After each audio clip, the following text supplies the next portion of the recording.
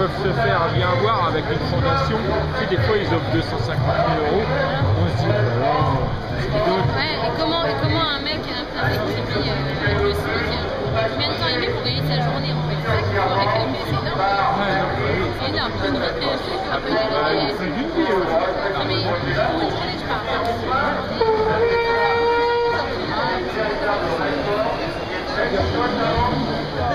Bah oui.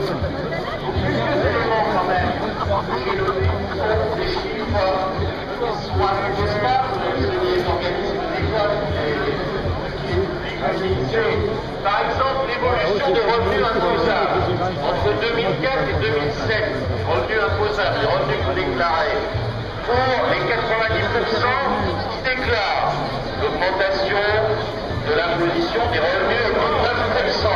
9% d'augmentation entre 2004 et 2007 de déclaration. En valeur, c'est plus 361 000 € entre 2004 et 2007 qu'ils ont déclaré. Vous savez qu'avec la réforme de la fiscalité, notamment du bouclier fiscal, là-dessus, on leur prend pas d'argent, on leur rend même. On leur dit un petit peu plus tard, comme ils étaient relégués en deuxième division, nous disait qu'en Allemagne, la retraite était à 67 ans. C'est faux, c'est complètement faux. La retraite, c'est 62, ça sera à 63 dans quelques années. Et effectivement, 67 ans, c'est l'âge limite sans décote. Sans décote. Comme ce qui est prévu en France. Mais ce qu'on oublie de dire, ce que M. Fillon, Wörth ont oublié de dire, c'est que la durée de cotisation en Allemagne, elle n'est pas de 41 années comme nous, et voire 42 bientôt, elle est de 35 ans. Donc ça change beaucoup de choses quand même.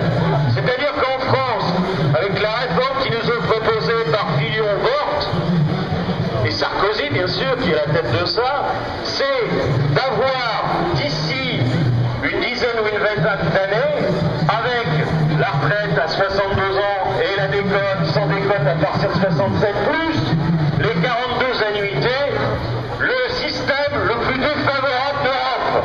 Oui, c'est le plus défavorable d'Europe. Et ça, il ne faut pas l'oublier. Les politiques là-dessus nous mentent. FSU, le représentant, c'est une première fédération d'éducation nationale, mais aussi qui a des syndicats dans l'agriculture, à la PJJ, etc. Voilà, nous également, on est touchés par un vaste plan de suppression de postes, comme dans toute la fonction publique.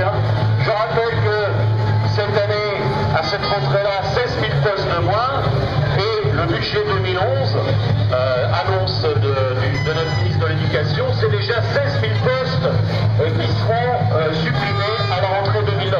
Donc on aura une carte scolaire extrêmement difficile, le levier qui était indiqué.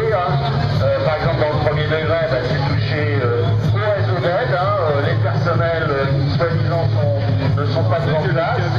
Tout ce qui est remplacement aussi risque d'être touché, avec la possibilité d'activité et handicap.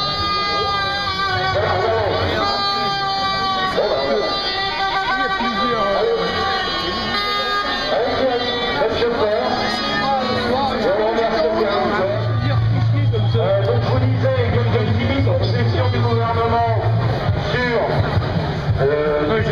la pénibilité, mais bon, nous on considère que c'est pas une pénibilité, et a priori elle va pas concerner pour l'instant les fonctionnaires, c'est que notamment dans l'éducation, les métiers d'enseignement notamment sont fort pénibles. Il y a eu des concessions a priori sur les polypensionnés.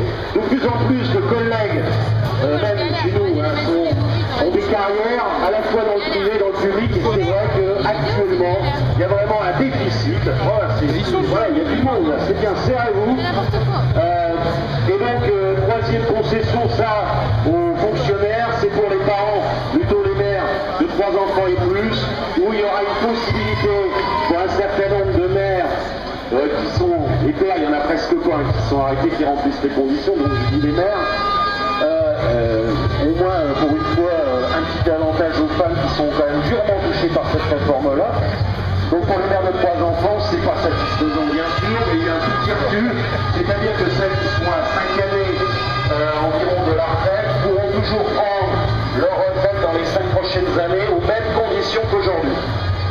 Donc ce qui est quand même quelque chose pour ces personnes-là, les quelques dizaines de milliers de fonctionnaires, ça compte aussi. et on ne désespère pas que le projet, suite aux mobilisations, soit retiré et qu'on puisse revenir à ce qu'il y avait avant. Voilà, donc ça y est, pour défendre nos retraites, motivés. On est tous motivés, pour défendre nos retraites, motivés. On est tous motivés, pour défendre nos retraites, motivés. On est tous motivés, pour défendre nos retraites, Casse-toi, pauvre con! Et non pas de tes réformes foireuses Casse-toi, pauvre con! pour nous soumettre au patronat. Casse-toi, pauvre con! Sarko nous prend pour des neuneux. Casse-toi, pauvre con! Mais c'est la révolte des gueux. Casse-toi, pauvre con! On veut des boulots et des droits. Casse-toi, pauvre con! On s'en lasse pas, hein. C'est tellement vrai. Ça, c'est du refrain.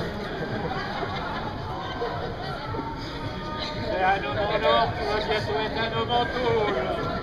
De la colère, grève générale pour nos retraites qui sèment la misère, récolte la colère. Grève générale Pour nos retraites. Qui sème la misère, récolte la colère. Grève générale Pour nos retraites, qui sème la misère, récolte la colère. Grève générale pour nos retraites.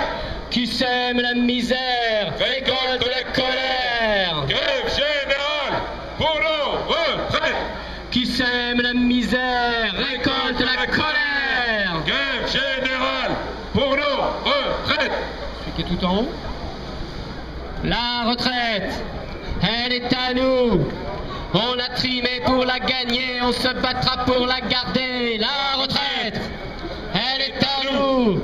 On a trimé pour la gagner, on se battra pour la garder. La retraite est à nous. On s'est trimé pour la gagner, on se battra pour la garder. La retraite, Elle est à nous. elle est à nous. On a trimé pour la gagner, on se battra pour la garder. La retraite